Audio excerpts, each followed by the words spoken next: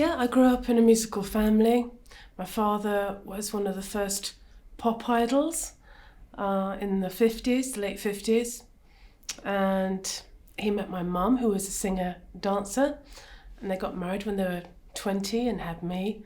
So I grew up with them, really, during the 60s. I was born in 1960. And I grew up through an incredible decade of pop music and the tail end of rock and roll. And this was being played all the time in our home. And we lived in a fairly small home. And my father was always playing guitar and always singing and always writing songs. So this was normal for me. This connection with music was very strong from a really young age, and I loved it. And it's one of my most vivid memories of being a child, is sitting and listening to the radio, hearing the Beatles singing Strawberry Fields Forever, or Gene Pitney singing 24 Hours from Tulsa. There's many vivid memories, and they're all really to do with music.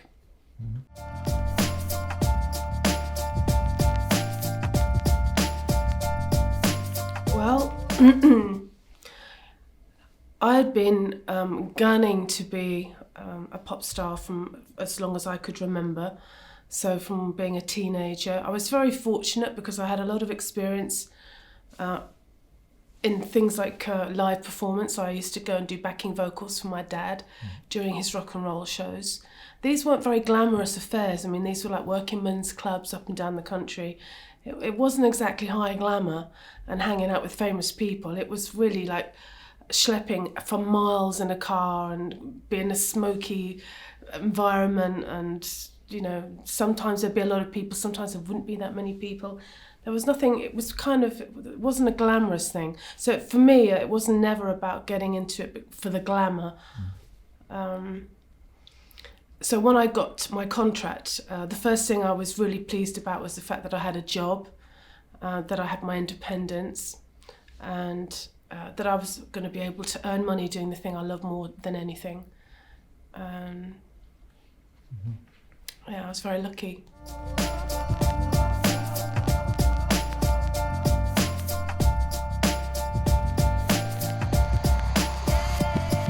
Yeah, I mean, I was very, excuse me, I was very fortunate. I was fortunate because I'd already experienced fame through my father, and he had a very sort of down-to-earth approach to fame. For him, it was a tool that he took out of the box, he used it, and then he put it back again. And this is the way I was brought up. And also he always felt very humble that he was able to make a living in that way when a lot of his friends were having to slog away many times doing jobs they didn't like that much. So he was always very grateful that he was able to pay the bills doing something that he loved so much, when there were people having to go down the mines or sweep streets. So he was humble about that. And I think it helped me to get fame into perspective very quickly when it happened to me when I was 20.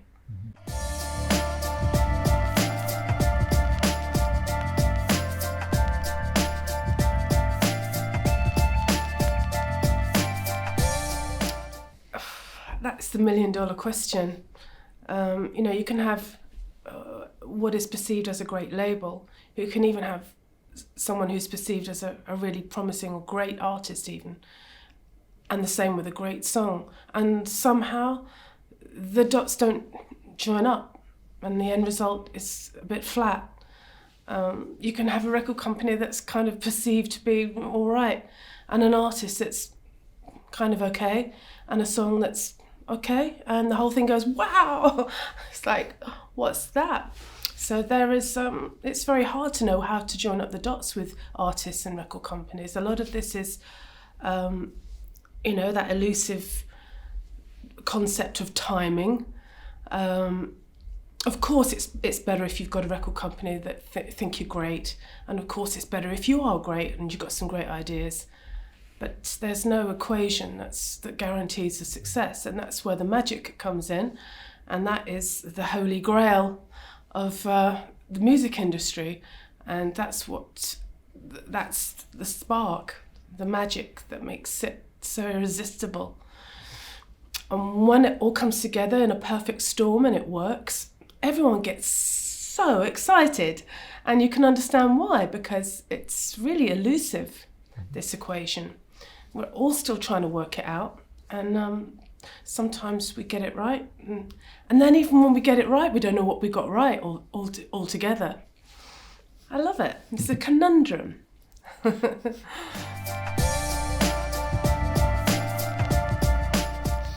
Well, it's amazing how many different routes there are into this world of music, and mine was no exception. It had its own very particular characteristics, and of course the big factor was the fact that I'd already been brought up around fame and music, and a songwriter and a great singer, and in my own house. And sorry, I've lost my thread. Ask me that question again. No problem. Yeah. Do you have a management now? That's correct. Okay. Yeah. So what happened was, when my career began, I was in a situation where my family were very involved, because I wasn't yet 20 years old. I was still living at home. My brother, who was a year younger than me, had started writing these great songs like Kids in America. And we certainly were in a position where we needed someone who had a bit of experience of the business aspects to help guide those initial contracts that were signed. But of course, these days, you have to have a lawyer anyway, so it's not the end of the world if you don't find someone who'll trail along with you and fight your corner. It really helps if you do. But I did. I had my parents, and we had a close-knit situation. We had some help that was valuable from outside too. So at that point, management was really about, I think, dotting T's and crossing T's and dotting I's. It wasn't about sitting down and telling me what to do. It was really just about facilitating my movement from place to place. But no one told me how to dye my hair or cut my hair, or what clothes to wear, or what things to say, or what not to say or do. And it was simply, there's a great TV in Germany, you should do it. You get on a plane and do it. So there were, from that kind of the days of the guru-like management, say they had at Motown, it wasn't like that for me at all, and it never has been. What do you mean with the management at the Motown? Did they have such a rough management? Well, they had charm schools, and they taught. They had a lot more. They had a lot more. People like Diana and the Supremes, and those artists were all groomed meticulously and told what to wear and what to do and how to act and stuff. I mean, those are the beginning days of being a pop star. In fact, I think it's probably gone back to that a little bit more now. I hear these charm schools are back in action, and they're helping young kids how to project themselves and what to do and say. I don't know if it's just a rumour, but I think it's far more interesting to allow an artist to develop on their own and be themselves, and it's far more interesting.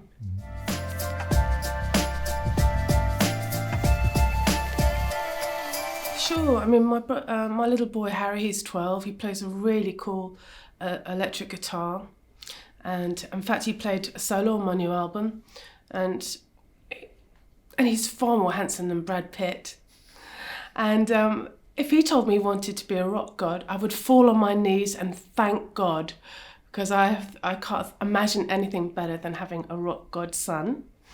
And then my daughter, she sings really nicely and plays piano. She's a natural, and I would feel the same for her too.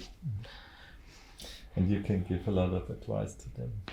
Yeah, of course, yeah. I didn't realise how much advice I had to give until I ended up working here in Vienna with Tomorrow's Heroes, a show with the young artists about to make their way into the music world.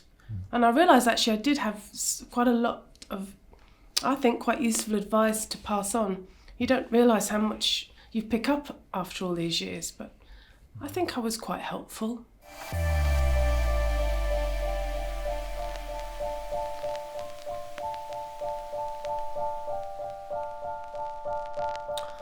Well, I like something you can get your hands on. I mean, I used to love vinyl. I think I still probably, that would be my favoured mode of buying music. I used to love all the artwork and the stories and the notes and the sleeves and the messages. I miss that. These CD things and they always, they never really last very long. They were just such I think they were a bit of a con. Everyone sort of said they were, so strong and indestructible, and they weren't like that at all. Downloading music now, I love that. I love that you can just download something, go on and find on iTunes what you want, and then click a button, and all of a sudden it's there. I think that's a close second to vinyl. Mm-hmm. But you never download it illegally. Pardon? Do you never download it illegally from the net? No, I haven't. I always buy it. I've always done that. Yeah. Actually, if I'm honest with you, I don't know how to do it illegally anyway. I'm too old to know how to do it illegally. Maybe then your son tell you. Yeah, but I'll have to ask my son.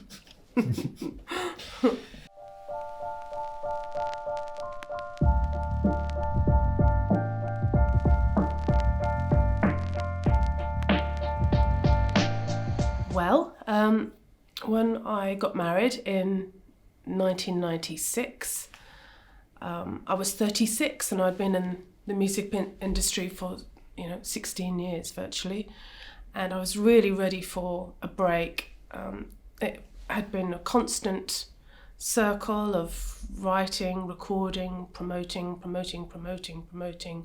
bit of live music, writing, promoting, and so it went on and on and on. And for several, many years it was just the best thing in the world to do, and that's all I wanted. But when I met my husband, I knew that things would have to change because we wanted to have children. And then, so I just decided to stop. And it was such a liberating thing to do. I was frankly quite bored of being Kim Wilde, and I think, to be fair, I think the public were pretty bored of me as well. They'd seen me hanging around for ages, like an old book, and it's like, well, it was time to stop, and it was a really good thing. It was like the best thing I did, and I got into horticulture and went back to school, went back to study plants, and these are things that I'd always loved but never had enough time to find out about. The motivation to find out about how to work with plants and design was because I wanted to make a garden for the children to grow up in.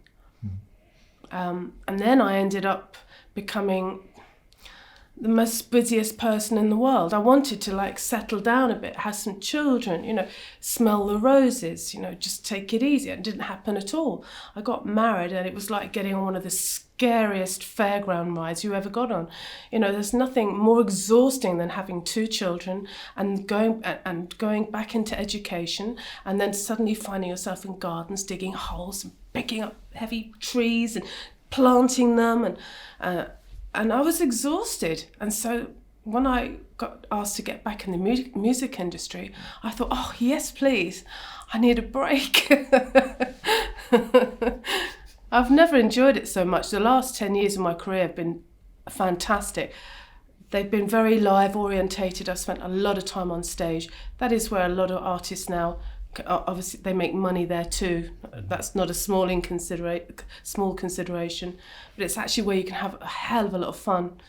And I've been really enjoying it. I'm about to go on tour again next month in February, March, and I can't wait. For what do you receive now this gold medal in the end? Oh, sorry, I didn't even answer that question. No, but it was great. I got the gold medal for for creating a little garden. It wasn't even as big as this room, and it was based on my great love of an area in the north of England called Cumbria, the Lake District, which I know very well, and it was my tribute to that garden. So it was from the RHS, the Royal Horticultural Society, gave me this gold medal, and they're a bit like Oscars. I mean, they're incredibly special and a little bit rare, and it was probably one of the best gold medals I ever got given. So it still makes me grin to think about it, especially because no one thought I could do it. You know, they kind of had me put in a box. You know, I'm Kim Wilde, and that's a Kim Wilde box. And then Kim Wilde, she jumped out the box, and then she made a gold medal winning garden, and that made me feel really happy. Better than any music prizes? Well, at the time I thought that, but now that I've got back into music, the passion for it has come back, all the fun's come back into the music. The fun that I thought I had lost has come back. Mm-hmm. So, yeah, gold could make me happy again. But I'm not greedy, you know, I've really had more than my fair share of all that stuff.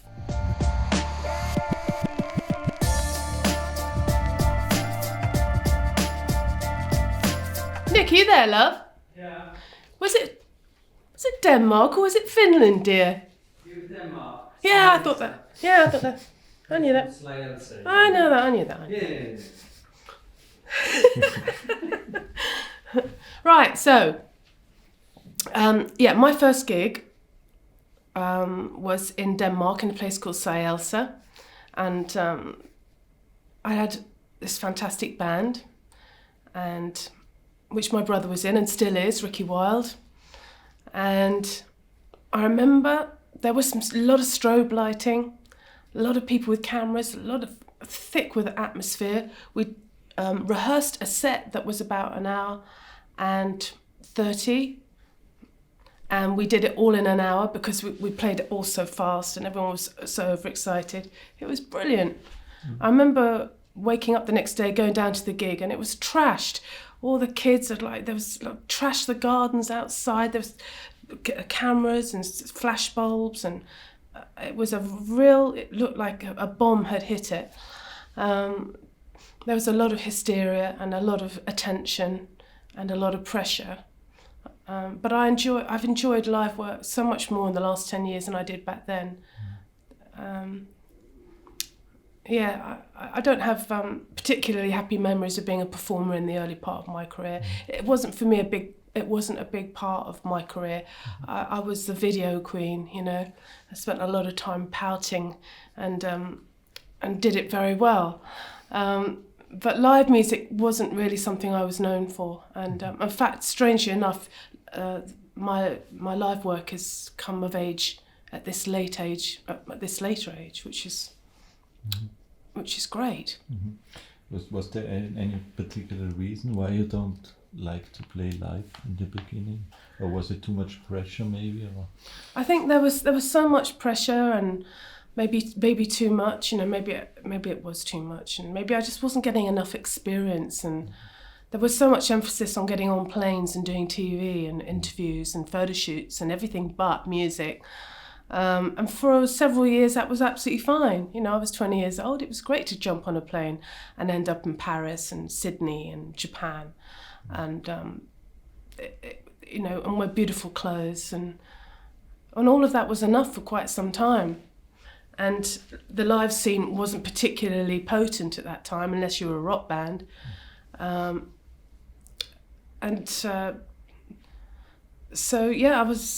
felt kind of happier in a safer world in a way. There's something less that you can't control so much the live experience, and there was so much about my career that was very controlled.